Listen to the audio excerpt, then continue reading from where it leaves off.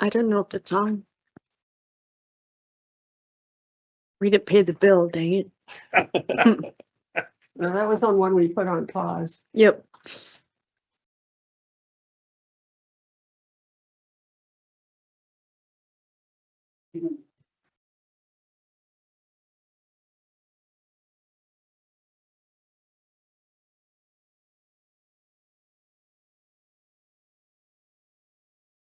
Here, take my.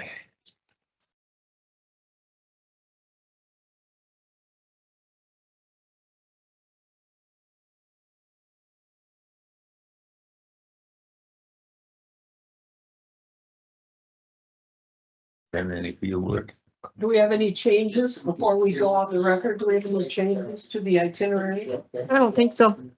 We're all good. Well, that always happens. I know. As soon as I make a motion to approve it, then it's, oh, we have a change.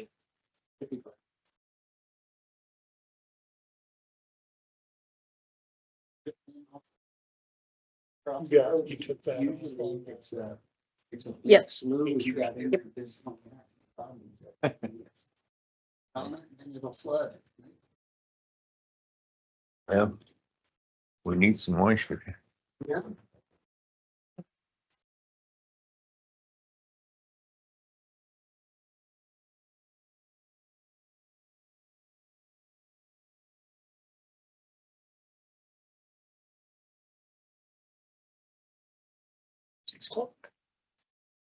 You have to.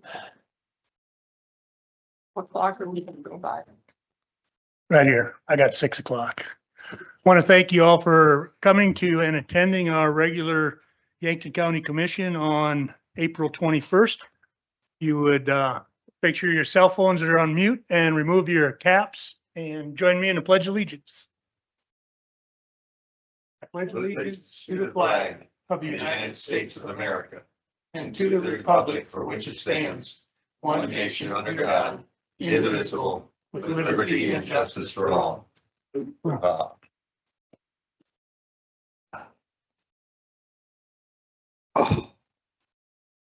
Good, welcome. It's nice to see as many of you folks here this evening. Patty, would you please call the roll? Dan, Here. Don, Here. Wanda, Here. Brian, Here. John. Here. At this time, any conflicts of interest by any of the commission members? I do not. I do not. I do not. I do not. I do not either. Okay.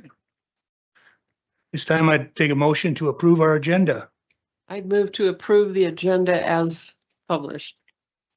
Second. Got a motion by Wanda, second by Ryan to approve the agenda.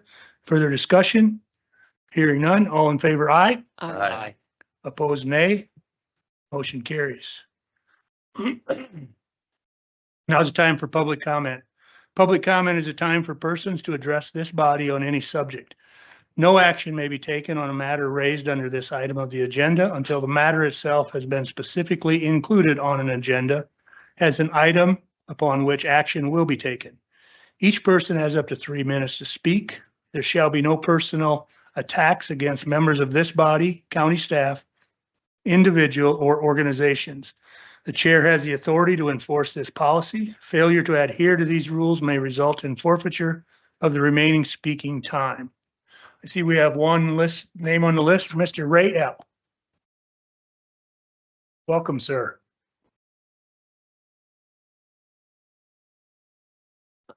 Microphone. Turn the mic on.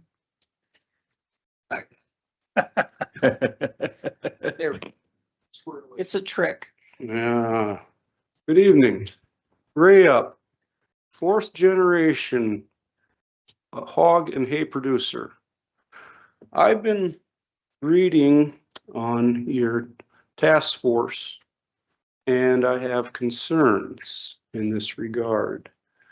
I read in there that outside of the area that there's good vibes with how ag is treated.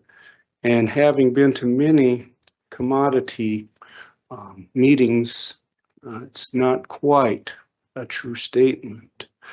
In order to help us out the task force needs to turn the ordinance upside down. 25 years of a stranglehold on livestock production is beginning to show. It 107 years the farm has been existing, and if something doesn't change for us animal wise, it's not going to last much longer. As of today, there is a 39-cent basis on corn 60 miles from here. Now, if you do not know what a basis for corn is, this may be part of the situation which we lie in. If you're traveling that far and they're giving you a premium like that, you may fuel up over there since they're helping you out. In my opinion, it is not understood the impact agriculture has in this area. So that is my grave concern, that how is a young person, you take your map and your ordinance of the county and please show me a spot where a young gentleman can begin a modern productive operation without lawsuit. And that is horrid, that you have to, and to enjoy your living, you have to do it on a legal basis.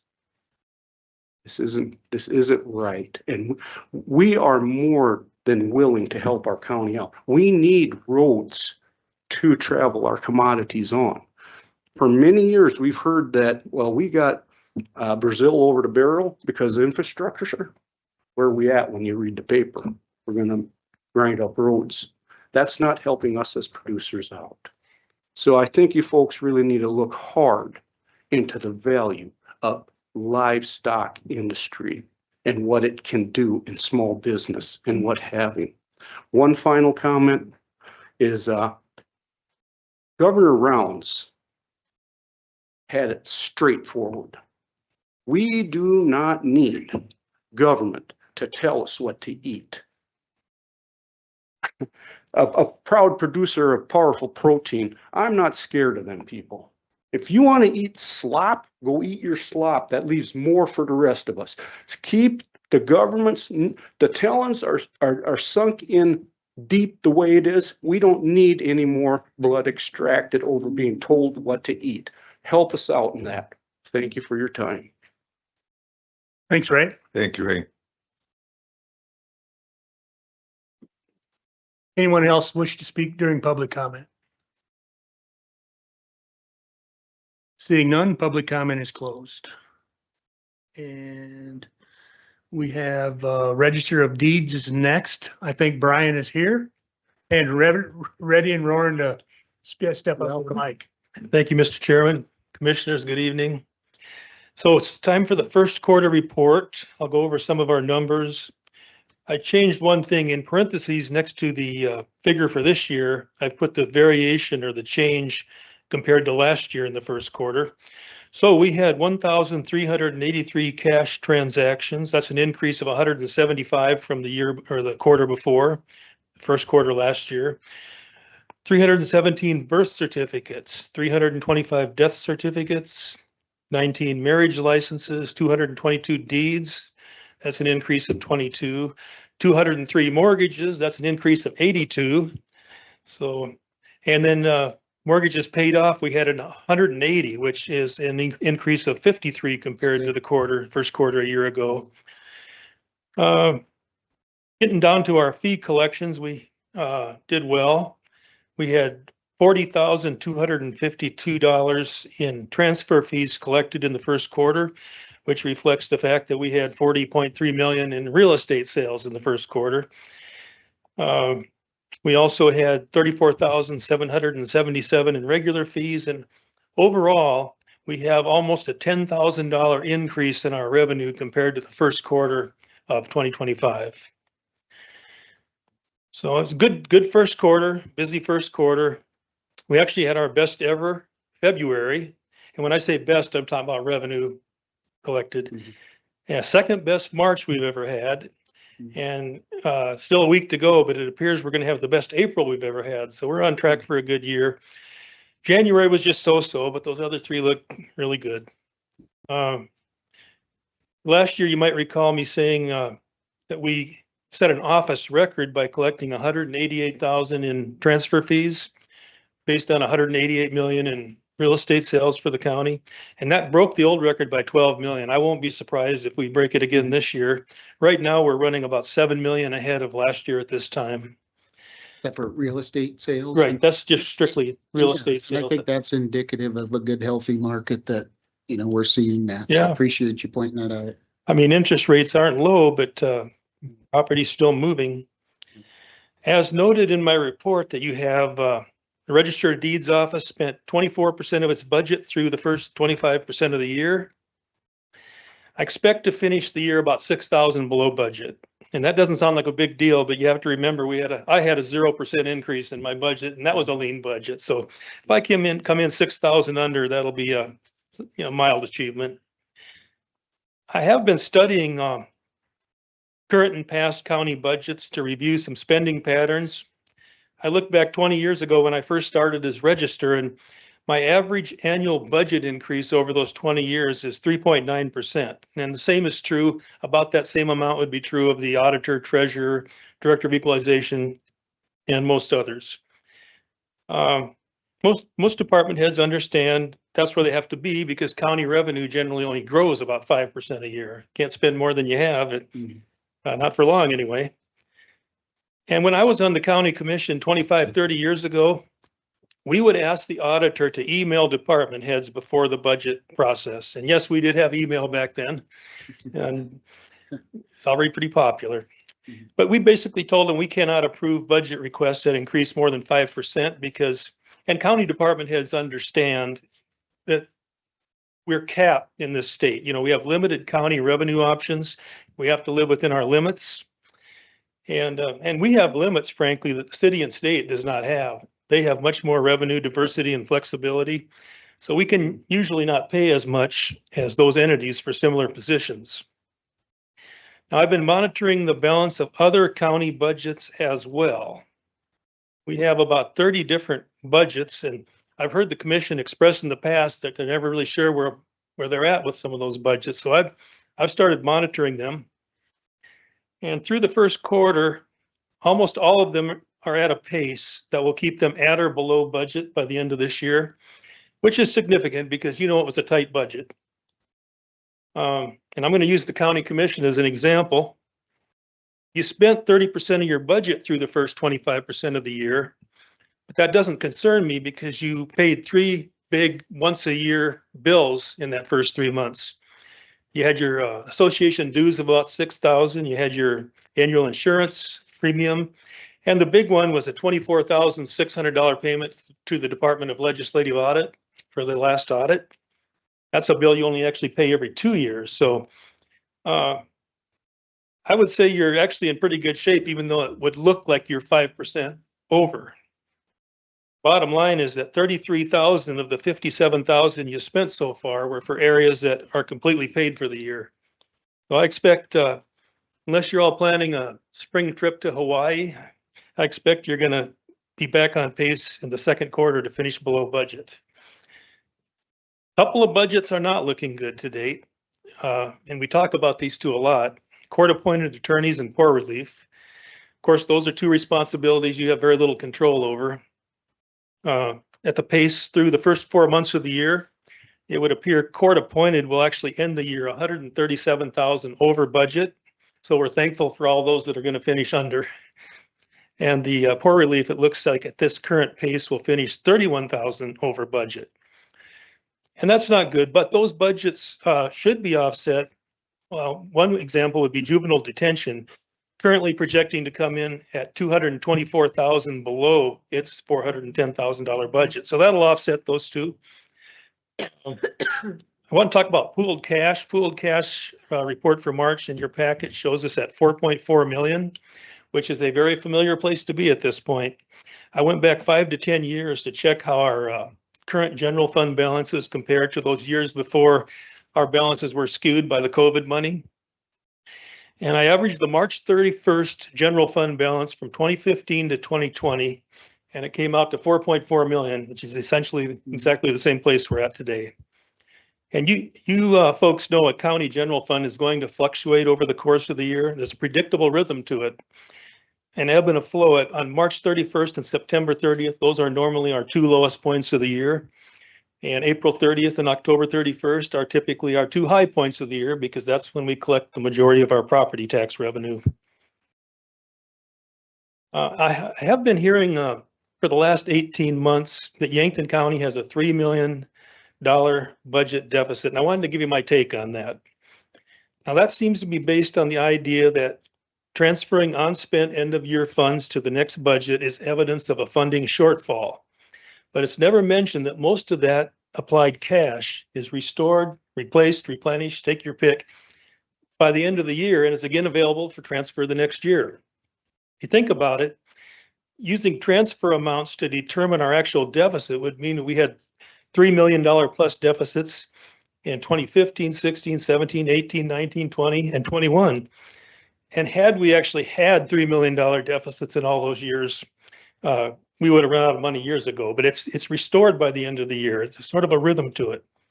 Yes, we transferred 3.3 million in unspent 2025 funds to this year's budget, but my calculations tell me we're going to finish the year well over 4 million and possibly even 5 million as far as our general fund.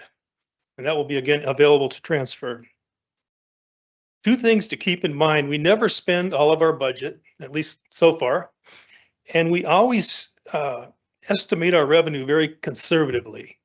And that's why our general fund will almost always finish stronger than it appears on paper. Start of the year and end of the year, general fund balances are the number that really matter. And the ability to carry over 3 million in unspent funds is actually a sign of efficiency, not weakness. Most county budgets are lean and efficient in our county. And of the 14 biggest counties in South Dakota, 10 of them are collecting and spending more property tax than we do in Yankton County. And I'm sure you know this, but state law actually requires us to transfer those unspent budget dollars as revenue for the next year's budget. And it's a good thing because it gives counties cash to pay their bills through March before our first wave of property tax revenue arrives. And it's not, two more things. It's not difficult, in my opinion, to determine what the actual county budget deficit is from year to year. You take your general fund balance at the start of the year and subtract your general fund balance at the end of the year, and that's your deficit. You know, on January 1st last year, we started at 5.7 million.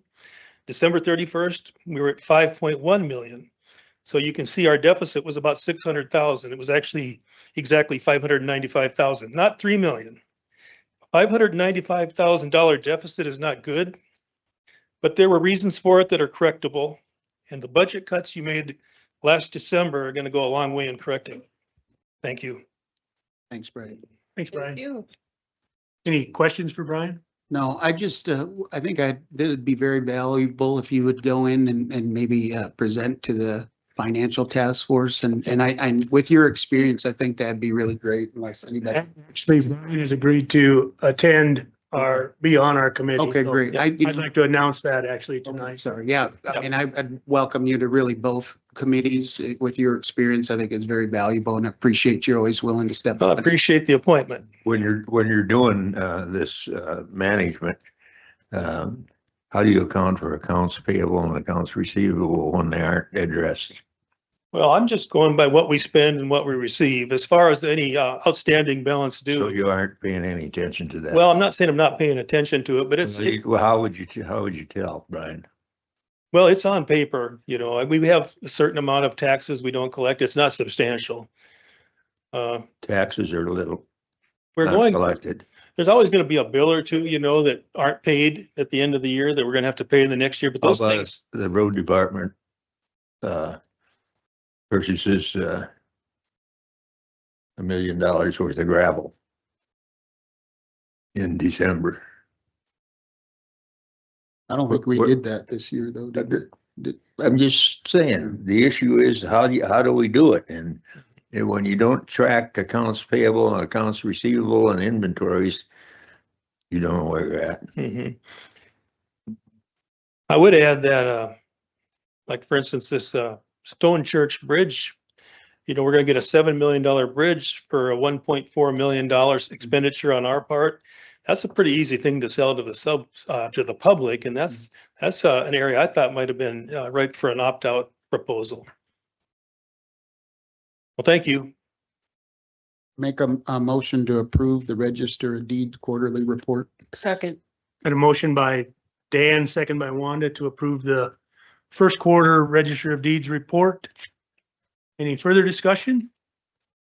Hearing none, all in favor, aye. Aye. All right. Opposed, nay. Motion carries. Next up, Preston. Get you in and out early, being you were up late last night. I'm still will be here till the end, I think. If I apologize, my allergies had really acted up the last month, so I'm surprised I even have a voice.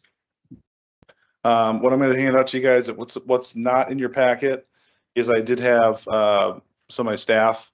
I wanted to produce a little bit more information in the quarterly reports, just so you guys have an idea of, besides the money that we bring in, but also like the active deputies and what they're doing on the road.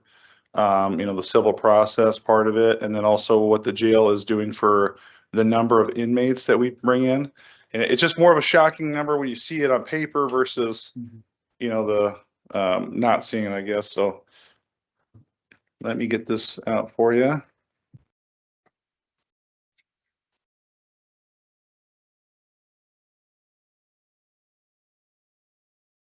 Thank you.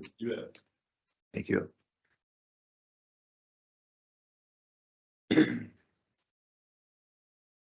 Yes, make sure I made you a copy. Hang on. We can share. Thank you. Oh, yeah. They can give me his too. Oh, I did. Look at that. Oh, wow, you were good. We can add this to the packet, right?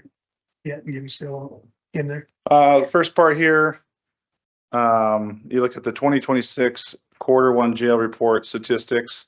The top portion there, it's just more about inmates that are there, not for overnight stay, but we still take them in and charge them and feed them. But I just moved down to the average daily population.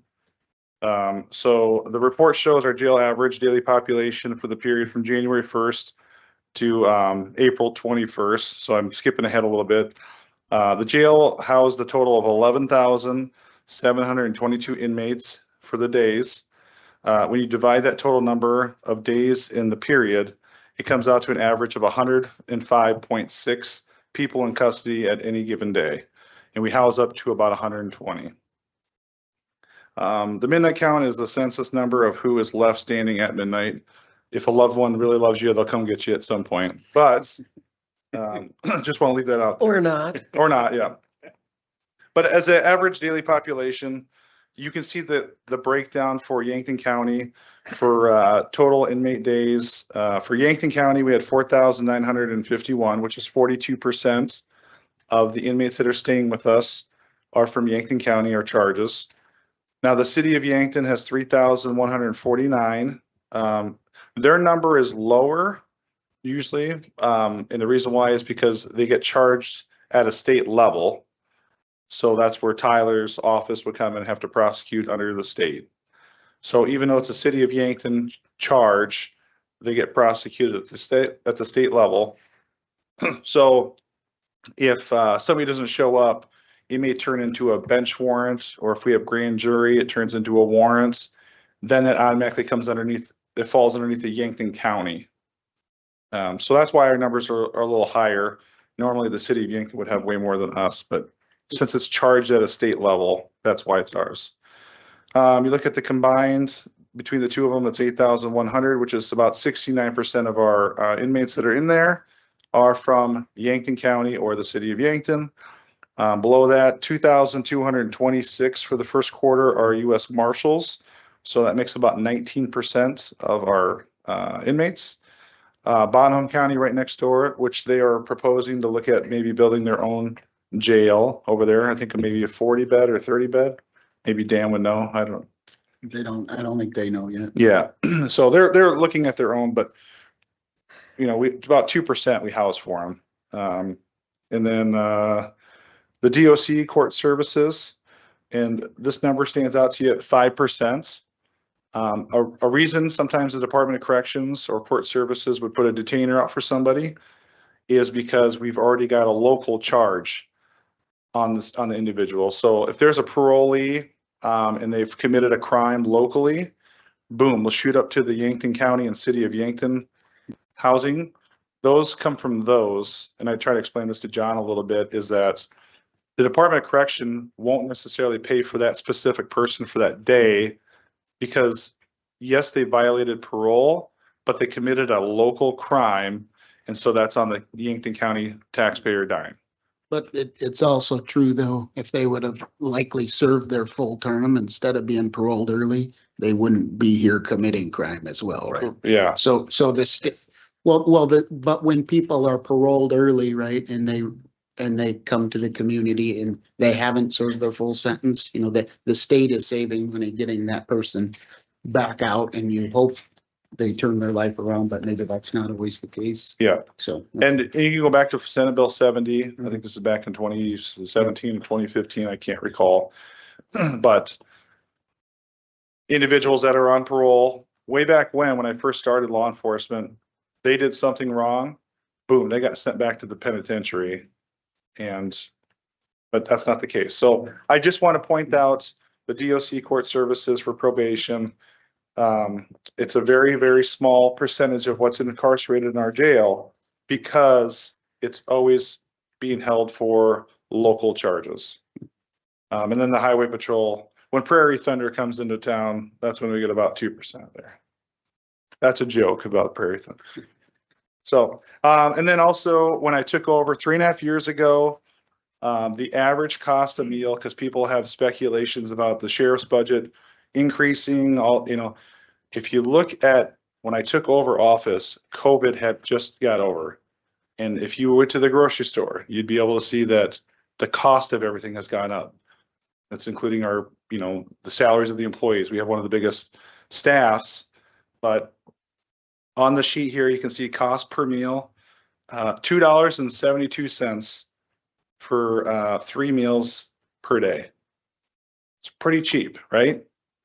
But we spent in the first quarter about $26,751 for inmates to be fed.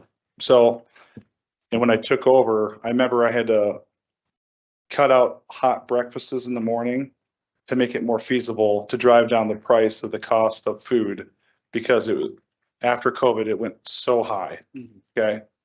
But these are just numbers for you guys to kind of visually see specifically what the jail's housing and how we're housing. Okay. Any questions about that? So the first two numbers, Yankton County and City of Yankton, the 8,100, that's not necessarily that they are actually residents of Yankton. They committed the crime in Yankton County or the City of Yankton. They could be, they come from Iowa to hang out at the lake area and they get arrested.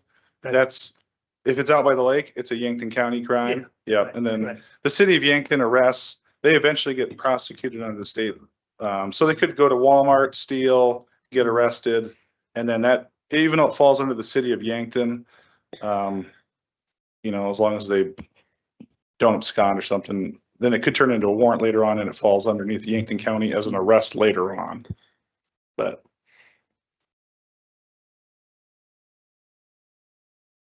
does anybody want to eat for $2.72 a day?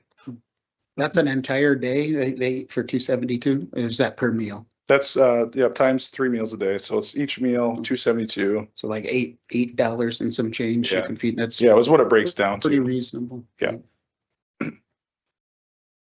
All right, next sheet. Quarterly stats from March. So if you look at that other sheet behind the one I just gave you.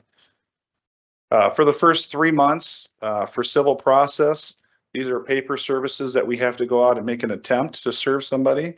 There's 478 civil attempts or civil served. That's not even including our attempts. But now, if since we have the Human Services Center, which Yankton is unique, and we have that facility here, somebody from Pennington County that gets sent to the state hospital may have to get papers served, and our staff has to serve those papers. So that's the extra stuff that Yankton County is taking on to include Lewis and Clark Behavioral, because it's a regionalized 12-county facility. So somebody from Gerald County up by Weston Springs can come down to Yankton County to the core center, be treated, say they're threatened suicide, and then they're on an involuntary commitment. Now it's a Yankton County problem, and we have to serve that paper. So I just explained that Yankton County is very unique, and so our staff has to take on a lot more of the burden. Our calls for service for the 3 months there, you got 594 calls for service. We served 134 warrants. We had 40 arrests. We had 245 traffic stops. For citations, these are excluding speeding, but we had 478 citations.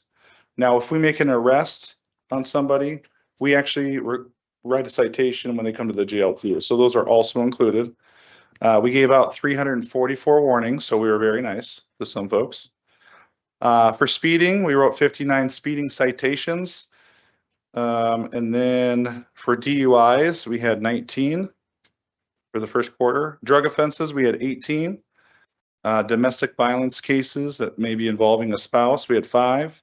And then for assaults, we had 4. Okay. And then if you look at the commissioner report, I'll just touch on this one real quick because it's the one that you guys normally see. For the first 3 months there in March, for U.S. Marshal Service, we brought in $196,245 for the first quarter. And then I'm trying to think if there was anything else that really stood out. Transports, we've already just under $20,000, about $19,066. So the shuttle service is still working. One of our vans did hit a deer, so it's out of commission right now, but it's being fixed after a deductible's been met. So we're hoping to get that one back on the road, but we still have another van, so we're still in service. Otherwise, if you guys have any questions for me, all I know is that it's really hard to follow Brian when Brian has a very detailed quarterly report. So I thought, you know what, we could take it to the next level and show you guys that the employees are working hard, they're doing well. We're not full staffed in either department yet, but we just don't want to settle on certain employees that aren't gonna, you know, so there sometimes is overtime that's gotta be paid to keep people there, but. You can't have the television on without seeing some kind of action against police and sheriffs and so forth. How is the attitude of your staff? Are they able to manage that? Yeah, I think the best thing that we can do is live in the Midwest.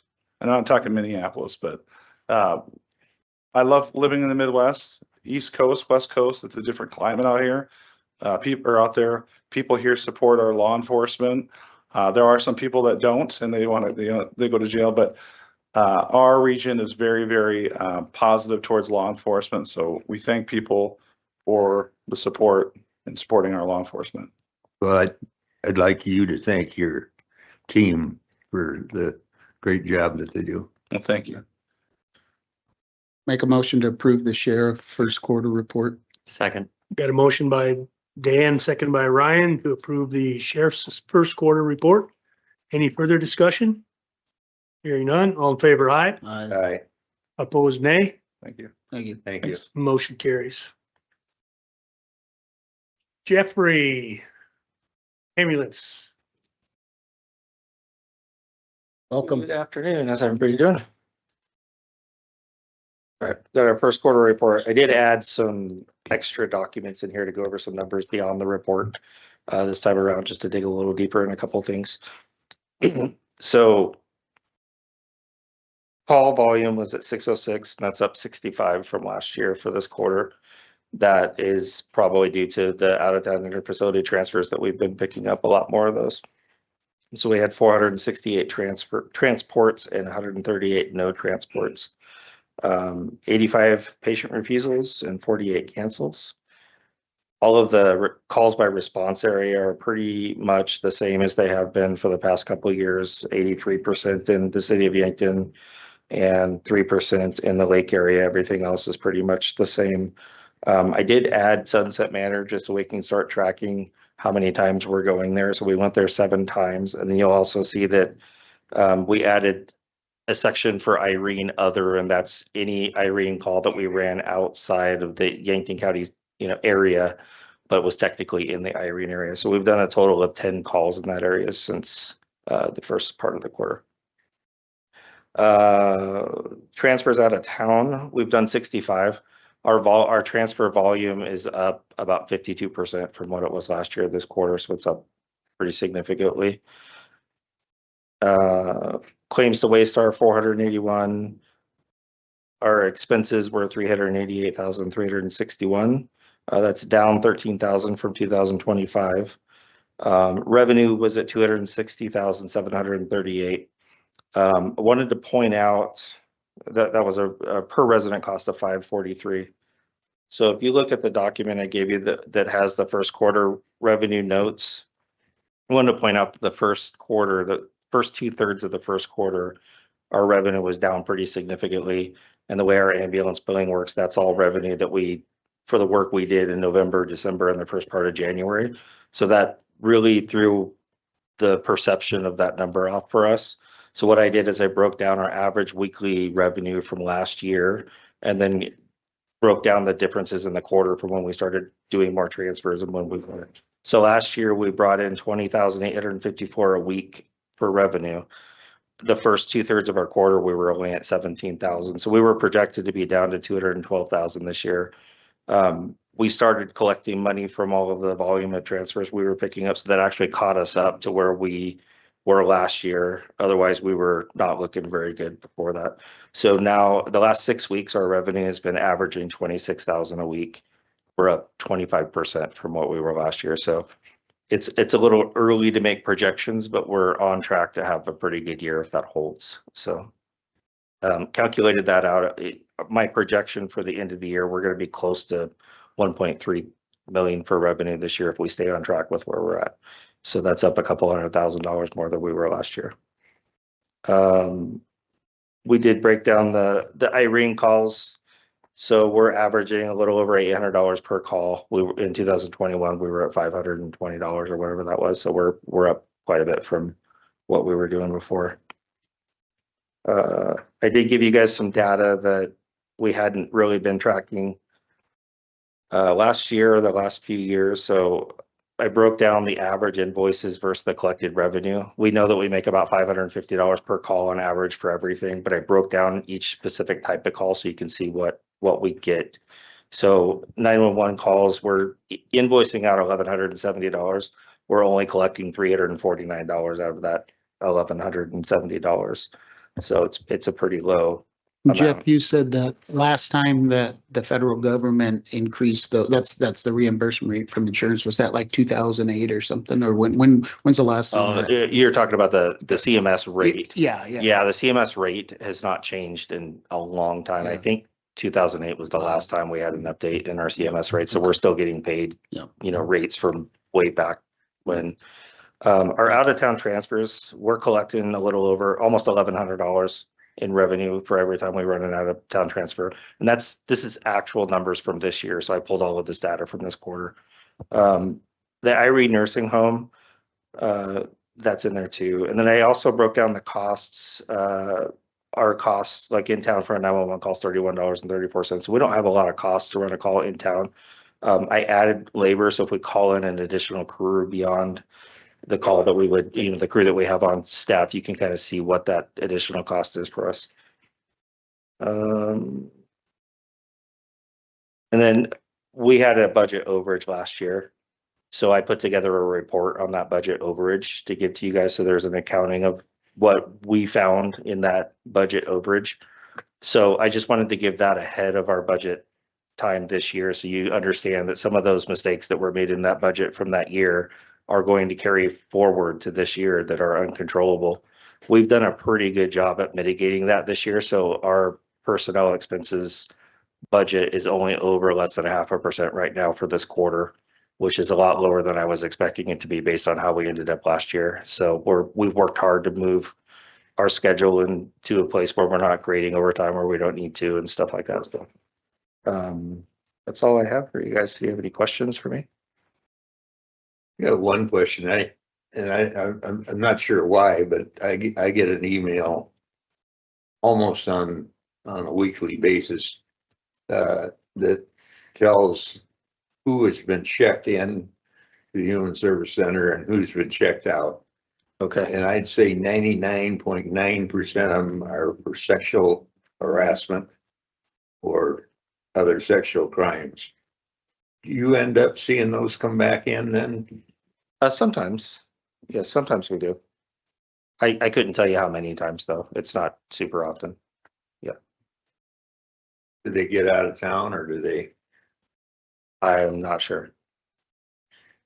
I don't really know the answer to that. Sorry. Any other questions? Anything else for Jeff? No, I think you're doing a good job of controlling costs and I appreciate that. That's exactly what we need. So I move approval of the ambulance first quarter report. Second. Got a motion by Dan, second by Don to approve the first quarter ambulance report. Any further discussion? Hearing none, all in favor, aye. Aye. Opposed, nay. Thanks, Jeff. Motion carries. Thank you.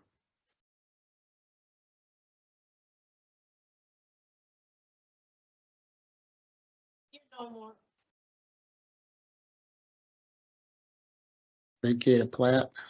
Pretty simple. Good evening, Commissioners. So the applicant owns a quarter. Inside that quarter was a very small non-conforming lot that they ended up purchasing. They want to vacate the plat, so it's all back into one quarter. So we need to ask for public comment on. Public this. comment? It's not a hearing. It's no. Okay. Move approval of the request. Second.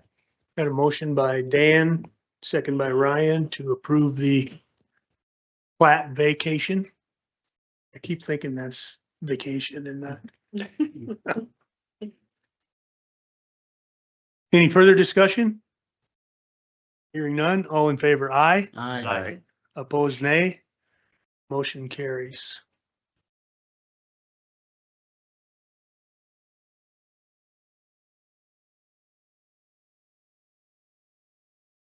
Second reading of the Bob Law rezone.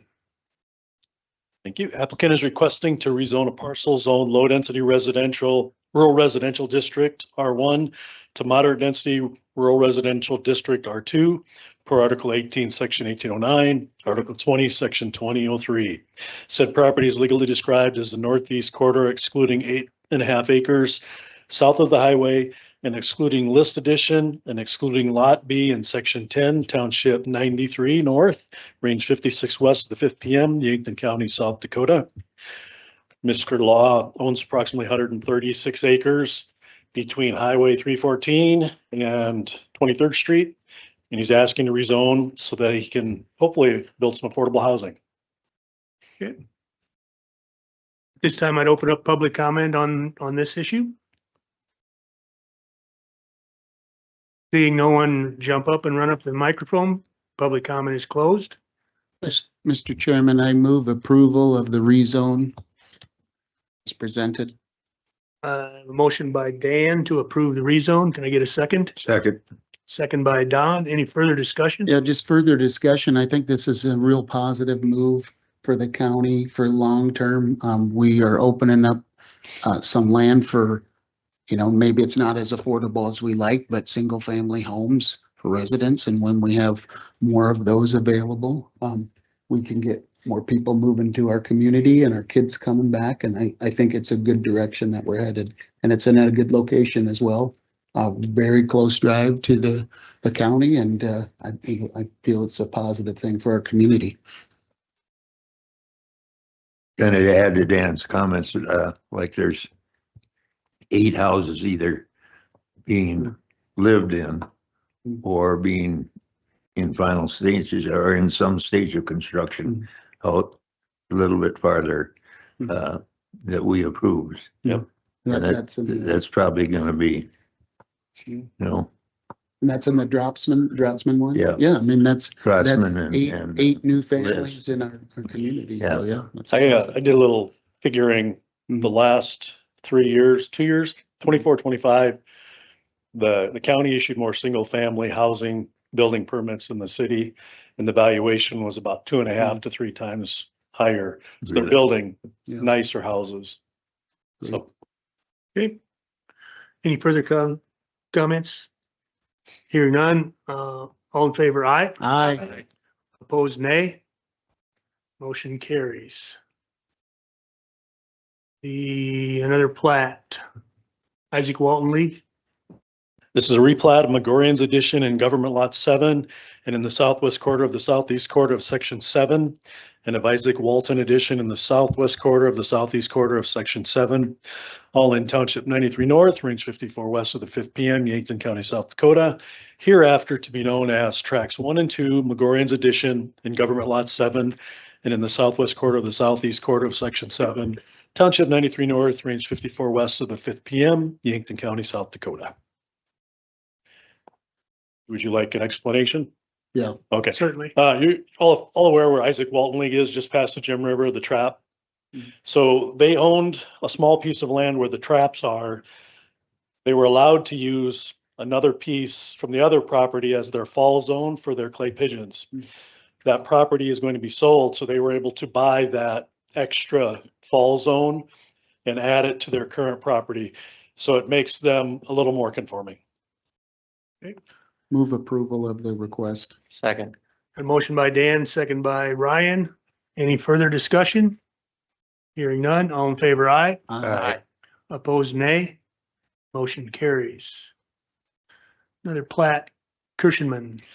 Plat of Tract 1 of Kirschenman Edition, an addition in the northeast quarter of Section 11, Township 96 North, Range 56 west of the 5th PM, Yankton County, South Dakota. This is a farmstead plat. Move approval. Second. Motion by Dan, second by Wanda to approve the Kirschenman plat. Any further discussion? Hearing none, all in favor, aye. Aye. Opposed, nay. Motion carries.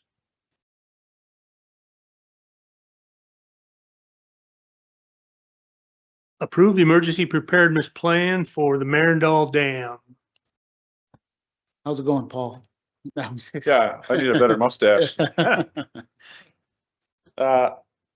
Again, so Paul's got another obligation, so with this Lake Marindal incident action plan, it's just something that the South Dakota Game Fish and Park, since it's a state-owned dam and lake, they brought it to our attention that it hasn't been updated for some time now. Mhm. And so as the sheriff of the county, in this incident action plan, I would be part of the incident command if something was to fail, but I'm gonna stay in my realm of it, and I'm gonna turn it over to South Dakota Game Fish and Parks because it's their piece of property, so we'll just do that for now. Whoever wants to go first. Welcome. Thank you. Mr. Chairman, Commissioners, my name is Ryan Tobin. I'm the engineering supervisor with the Department of Game Fish and Parks. Like Sheriff said, we're here to talk about Marindal Dam. It's a high hazard dam, which means that there's a potential loss of life if the dam were to breach. And so, yes, sir. Can I get you to repeat your name? Our Yeah. auditor was busy. Yeah, no, my name's Ryan Tobin, the engineering supervisor with Game Fish and Parks. Thank you. Yep, no problem. So by administrative rule, any high hazard dam is required to have an emergency preparedness plan. Marindal Dam has had that plan in place here, but it's been a while since we've updated it. There was some damage to the Stilling Basin here a few years back with some of the flooding that had happened. And with that, the chief engineer with the Department of Ag, Natural Resource there, has the authority and has issued us a repair order. And part of that repair order was to update this emergency preparedness plan here. So we had used this, essentially the same template that we had been approved previously by DENR at the time, but now Danner, and updated the contact lists, the calling trees. We updated the inundation mapping. But for the most part, it's the same plan that has been in place with just updated information. Who monitors the performance and adherence to the plan? So that's what the plan lays out is different scenarios. There's level 1, 2, and 3 scenarios built Yeah. out, which are based around different deficiencies or failure modes that the dam can see during events. And so from the Game Fish and Parks, we've got Shane Birch, he's our district supervisor. He inspects this dam on an annual basis. That's our policy. And then that reports back to James Gilkerson, one of my engineers. As far as day to day, whether it's Shane or local CO, if we were up in the area there, they try to keep eyes on for any changes that might happen. Does the county have financial liability exposure for the dam? No, Failure of the dam? No. Checking on the dam?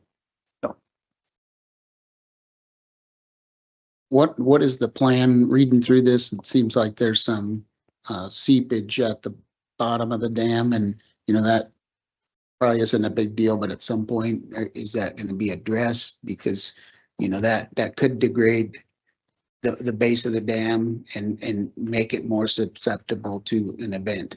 Correct. So what's the plan because that is the state's property and their dam. So Correct. what are you guys doing with that? With these routine inspections there, yes, seepage of the dam has been Mhm. noted there. There's a couple different areas where there's seepage. Mhm. Seepage at the base of the dam, it's basically a monitor. If seepage is coming out, like all dams have seepage, if they're earthen dams, unless they've got some sort of cutoff wall to intercept that. Sure. This being an earthen dam here, we do see seepage. We monitor that to make sure that the water that is coming out is clear. It's not carrying any material with it. If we start seeing that material being cloudy, carrying material with it, then we start, getting a little bit concerned and look deeper into it. There is some seepage coming out of the stilling basin there.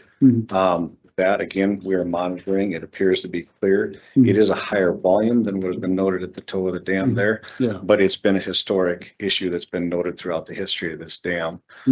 Again, we're monitoring that to make sure that there's no changes in the consistency of that seepage. And are you seeing more seepage coming out, or is it the same as in past It years? appears to be the same as what we've been able to find in reports Yeah. and what the current staff is. Do you have a rating scale on the seepage, like the amount, or as an engineer, do you use anything like that, or do you just monitor color and? Monitor color and quantity Okay. typically. Yeah. We do in certain circumstances try to give an estimated amount of seepage, just to give an idea for future staff or other staff or folks that will be monitoring there, so that they have a measuring stick of what to look for. All right. And it's your opinion now, the dam is safe and for the foreseeable future? Yes, it does have the deficiencies, part of that repair order. We've, like I say, is updating this emergency preparedness plan here. That was just issued, I forget the date on that, I apologize here. About a month or 6 weeks ago here. So this is our step one, get this emergency preparedness plan updated and approved and signed by the parties that need to. And then we can move forward with working to identify how to fund and how to move forward with Marindal. Good. Thank you. Yep. So Department of Game Fish and Parks, our policy is to inspect it on an annual basis. Department of Ag Natural Resources, their safety of dams section inspects all of our dams on a 3-year rotating basis. They have suggested that we increase the duration, although we did not set a set duration of inspections until we can get whatever the fix is moving forward completed. My engineer, Shane Birch, our local CO, and Department of Ag and Natural Resources were actually out there today to do a physical inspection on site. So. Thank you. Thank you. Yes. Thank you. Any further questions? Come up to the microphone, please.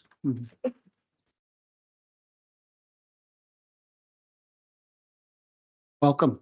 Hi, my name is Diane Hobden, and we're listed on that report as the population at risk. And I just wanted to know, are people notified of this, and how did, was this determined? It seems like there were people that are maybe close to our proximity that aren't on that list, and how is that determination made? Well, thank you for the question here. And as far as letting folks know, I guess we can reach out to Danner and see what the appropriate, vehicle is, and do we reach out to each one of those as this is approved and let out? But the way that we derive that population at risk is from, there's two different sources we use from Marindal here. The U.S. Army Corps of Engineers has a team called the Silver Jackets. And a couple of years back, they did a project there to evaluate and update some inundation mapping on several lakes on the eastern side of the state. And then, so we use that for some of the information. Then we also, FEMA has a software called DSS that assists with inundation mapping there. Those maps are very similar. They're close. You're right on the edge of that map, the inundation zone there. And so population at risk can be a little bit deceiving when we're talking safety of small dams and a high hazard dam, and the potential loss of life. Population at risk is defined that way, but also with DSS, they take a look and basically anything that is in the inundation zone that's been identified by the census as somebody resides there, if they're wet, that's called the population at risk. So I believe your residents there, and actually we did drive by the residents here today just to take a look at what we discussed yesterday. I think your property is showing in the 0 to 0.5 feet of depth. And so we are erring on the side of conservativeness here and including basically the DSS model of anybody who's wet, not necessarily based on a risk based decision-making of depth, a combination of depth and velocity of, potential loss of life. So this inundation mapping, like I discussed with you also there, does go downstream further than what our previous emergency preparedness plan had. And then we also did use that DSS model, gives us approximate time of arrival for the event at that population of risk. And we do have that map here. So And then other people get, for other dams, this is common where you do the listing of names. My concern is down the road, as far as insurance purposes, saleability of property. How does that impact it by us being listed on such a list? this, I guess I can't tell. Insurance, I don't know. While it is a FEMA program for inundation mapping there, and my understanding is it's no way tied to like FEMA firm maps and floodplain maps there. Like this is just running scenarios. You can run different scenarios at sunny day failure, say it's spillway elevation. You can run scenarios at top of bank or embankment failure modes there to show what that inundation mapping zone looks like. But we're not requesting any letter of map revisions or anything to do with the floodplain. This is just to look at an emergency situation there and how any potential purpose could be affected. So I hope that answers your question.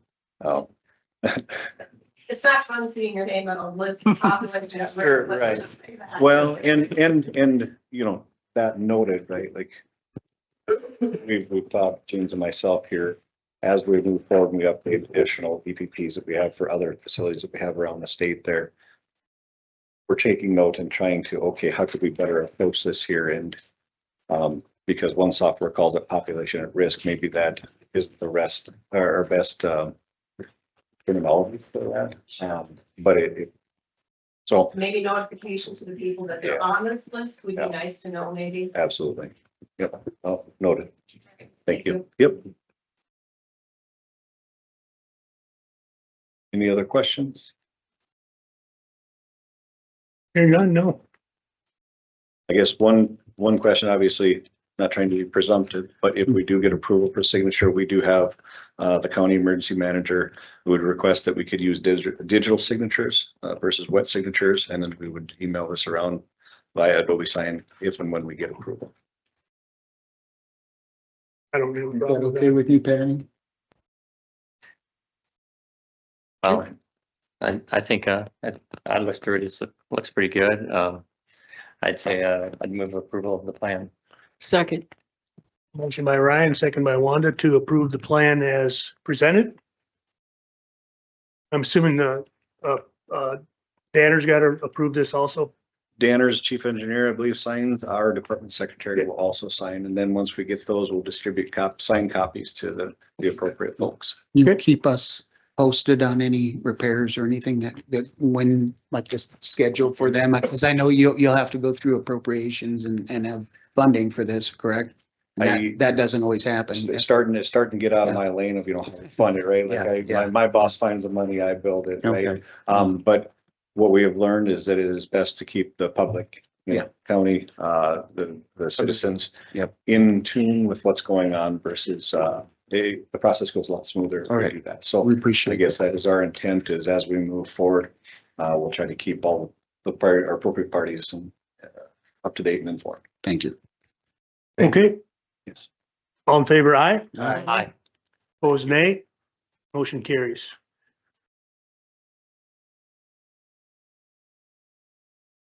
Moving on, handbook updates. Tyler.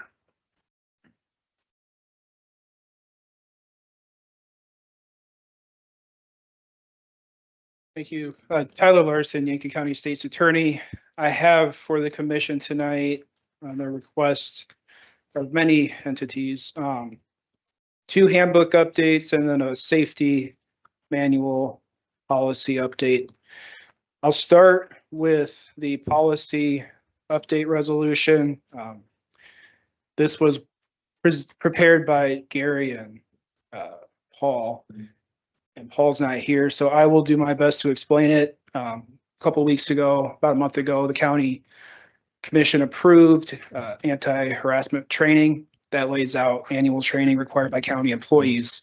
This policy for safety training was prepared on behalf of the county by Paul, Gary. They worked with the Alliance and also Safety Benefits. And so this policy lays out different types of training that the county can impose on its employees. It lays out different areas. So the mandatory harassment trainings included, but also different areas for county departments such as OSHA training, safety training, etc. The training will be provided by SBI. It's online for the most part. If we want in person, they can also present in person if needed.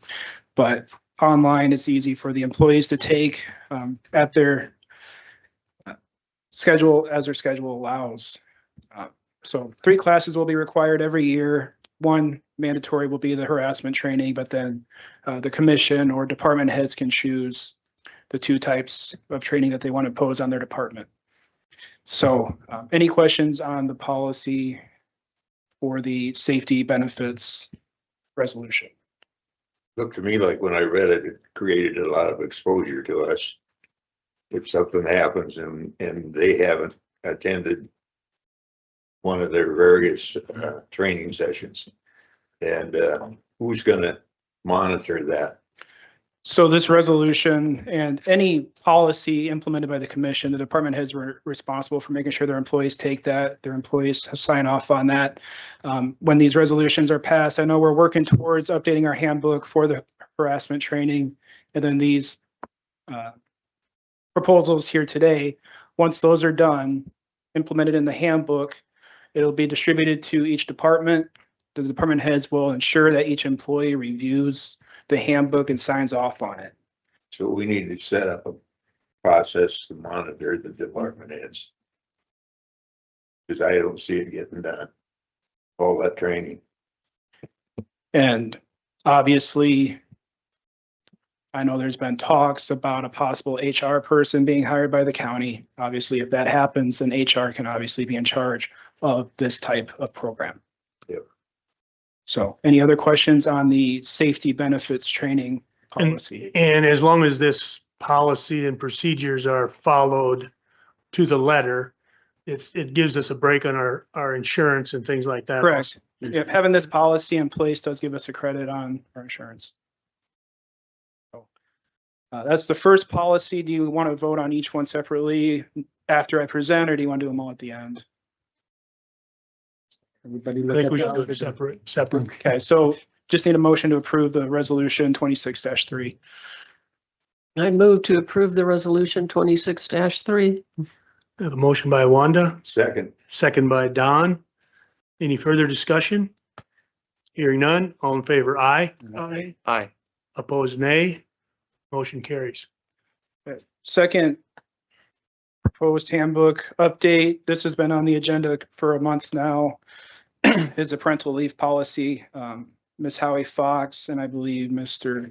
Heine wanted to see some grammatical changes, so I made those. I believe Mr. Clemish had some questions regarding other areas of the state and their policies. I think those have been answered both statewide and other counties.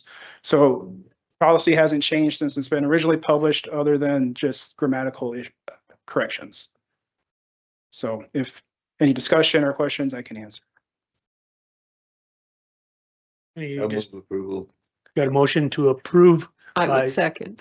Don and second by Wanda. I have Any further one. discussion? quick question a little bit. I was just kind of reading through this one again, and this does apply. So it's for a birth of a child or an adoption or a placement of a foster child. Correct. A placement of a foster child could be often for some people. Could be what? Could be often for some people. Some people get maybe have 2 or 3 a year, temporary placements. I've heard of. I I think just most of the wonder- people who have repeated and frequent placements of foster children are not employed by the county. Yeah, that's true, but I don't want to see a loophole. But doesn't happening it here. say someplace in there that you can only do it one? Yeah, One time per year. once per year. Okay, maybe I missed that then. Yeah. Okay, then Yeah, I'm good. One request per year. So. Good. Yeah. Just want to make sure we don't have a loophole. So Don and Wanda. good looking out, Ryan. All in favor, aye. I, Opposed, nay. Motion carries. Then finally, another policy that was requested by our insurance is a media policy. Now, this one's probably not ready for passage yet because of the unknowns of where you guys want to designate that county spokesperson. Prior to this meeting, we had a department head meeting and there were some issues, not issues, but questions raised. Obviously, elected officials have an agenda. They should be able to speak to the public at their discretion. However, maybe emergency management needs to do emergency press releases.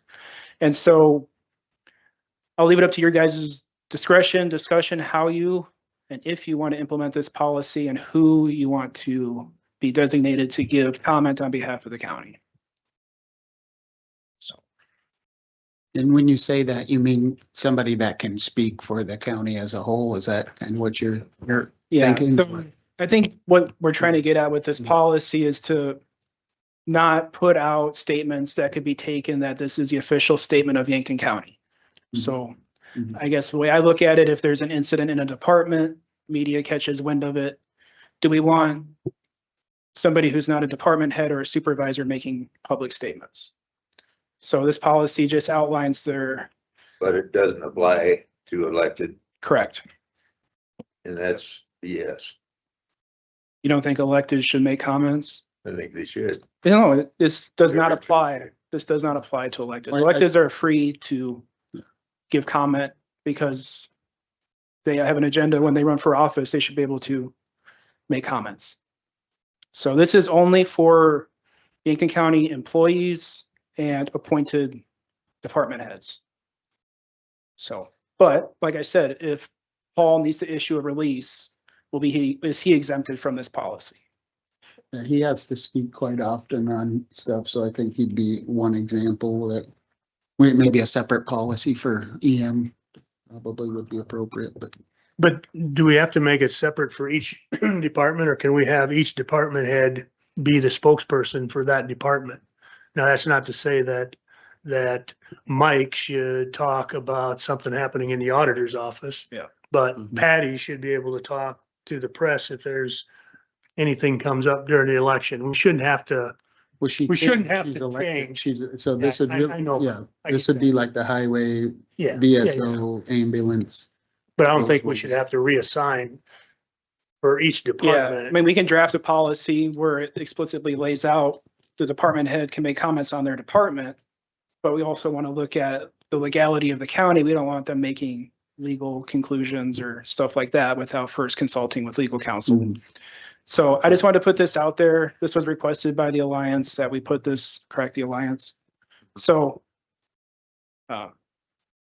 give it some thought. We can keep it on the agenda to keep it in our minds of what we want to do, but it's something we need to look at. So. Or not, your guys' call. I think it's good to at least look at it and get some ideas, so appreciate it bringing Yep. forward. All right, that should be it. Okay, thanks, Tyler. Moving right along, the April 21st, 2026 claims. I'd move to approve the April 21, 2026 claims. Motion by Wanda, second by Ryan to approve the April 21, 26 claims. Any further discussion? Hearing none, all in favor, aye. Aye. Opposed, nay. Motion carries. March 2026 Auditor Treasurer's Report, pooled cash. I'd move to approve the Second, auditor's treasurer report and pooled cash. second. Motion by Wanda, second by Dan. Any further discussion? Hearing none, all in favor, aye. Aye. Opposed, nay. Motion carries. Move approval of the mental illness report. Motion by Dan, second by Wanda to approve the mental illness first quarter report. Any further discussion? Hearing none, all in favor, aye. Aye. Opposed, nay. Motion carries. Now's the time for public comment. Nancy.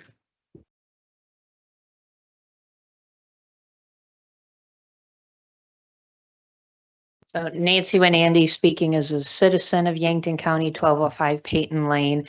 I had a conversation with Ryan Heine last night, so maybe he's going to provide this in his commissioner update. So I didn't want to overstep, but because this is before updates, I just wanted to say something. The ADA compliance of the website, I know from the conversation with Ryan that the county is working on that. The city at their last meeting had a really good update about talking about the efforts they're making right now to work to be compliant a year in advance. There is a lot of work that goes into creation of the packets and how tables are inserted into there and how the data is actually submitted into the packet. So not knowing everything that's happening behind the scenes and knowing that Ryan is incredibly competent to be working on that, I just wanted to make sure that everyone is aware that this is something that needs to be handled sooner rather than later, and to stay on top of that. There's probably going to be some costs for software that will need to be utilized.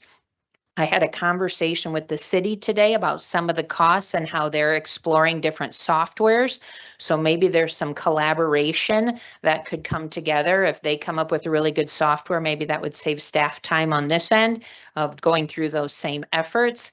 And then Dan, because you lead the county group, I don't know if they're having conversations as well of how the counties can collaborate to come together to get all of the counties prepared if they are required to for those ADA compliant websites and materials, which might also go into Facebook posts and other things as well. So it is a much bigger deal than I even contemplated.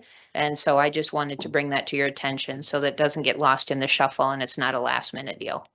Thank you.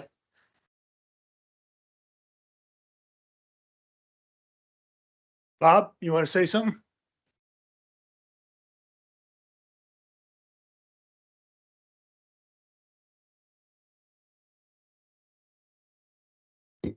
Welcome. My name is Bob Gleick. I just want to piggyback on what the state's attorney is talking about as far as people who are authorized to give out information. People take vacations. So I would like to see a pecking order of who steps up when somebody's out of commission, like a hospital or on vacation when an issue happens.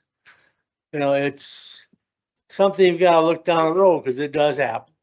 Thank you.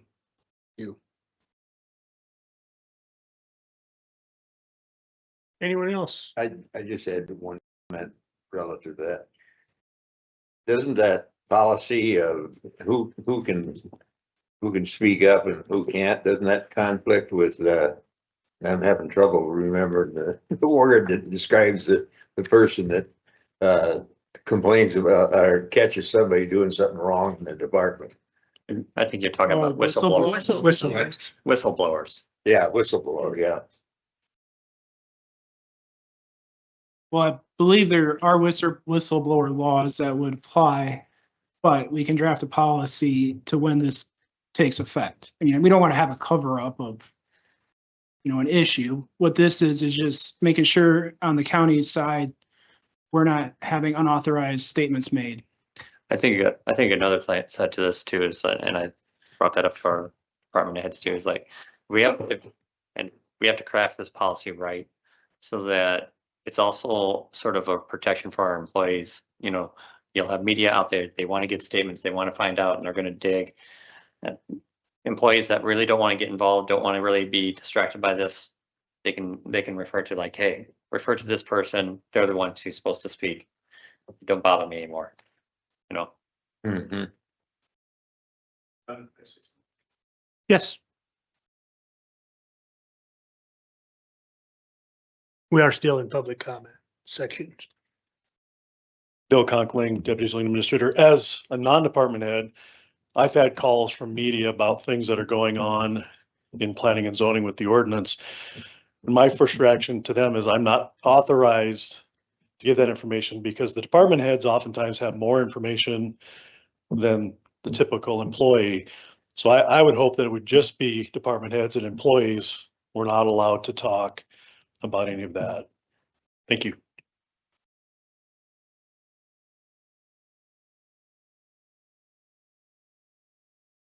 Okay. Public comment is closed. Commissioner updates. Have anything? Well, I guess I'll lead off, since Nancy talked. Actually, I did talk to yet another company today about ADA compliance and stuff. One of the things about the ADA is our website. And I've been telling this for years, but it really needs an update. It's really out of date. And it's beyond the ADA stuff. It's also just functionality and really getting what a website should do for us and making it into a true portal versus just a display page. But I did even talk to a company today. I've also been talking to other companies. This company today, actually, they do work. They've done websites and completed ADA compliance for other counties in South Dakota already. So it's really, and I'm also I'm setting up something for Tuvio, our current provider, to talk about too. So I'm really trying to, at this stage, getting ballpark figures from them, really so that I can put together what that budget looks like and what the cost is going to be, so we can present that over budget time, because it is something we are going to have to address. Originally, the date was April 2027 that we had to be compliant. It's now pushed out to April 2028. So for our size of county, so we do have a little bit of time, but I don't want to be rushing at the end. So Sure. it's something that is going to be Yeah. in next year's budget, Mhm. or that we'll be talking about this summer. Do you have a rough estimate, Brian? I don't have any rough estimates right now. Okay. I'm still waiting on, I got two or three companies that are going to be getting me things before the end of the month.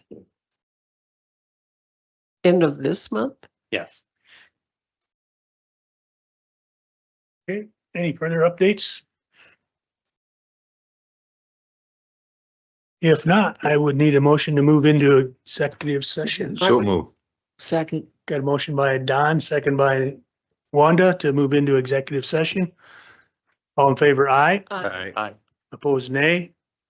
Motion carries.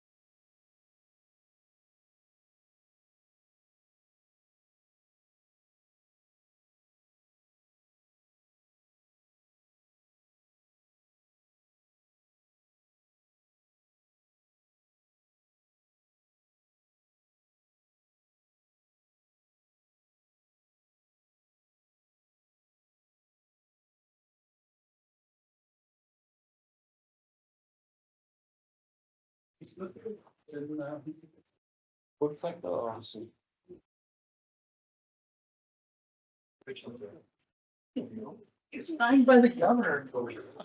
Motion to go back into regular session. Second. I move to go back into regular session. Motion by Wanda. You can second it. Second. You got two, Ryan. To move back into regular session. Ryan. And no action was taken during executive session. Motion to adjourn. Second. Aye. Motion by Wanda, second by Dan to adjourn. Actually, motion by Dan, second by Wanda. Aye.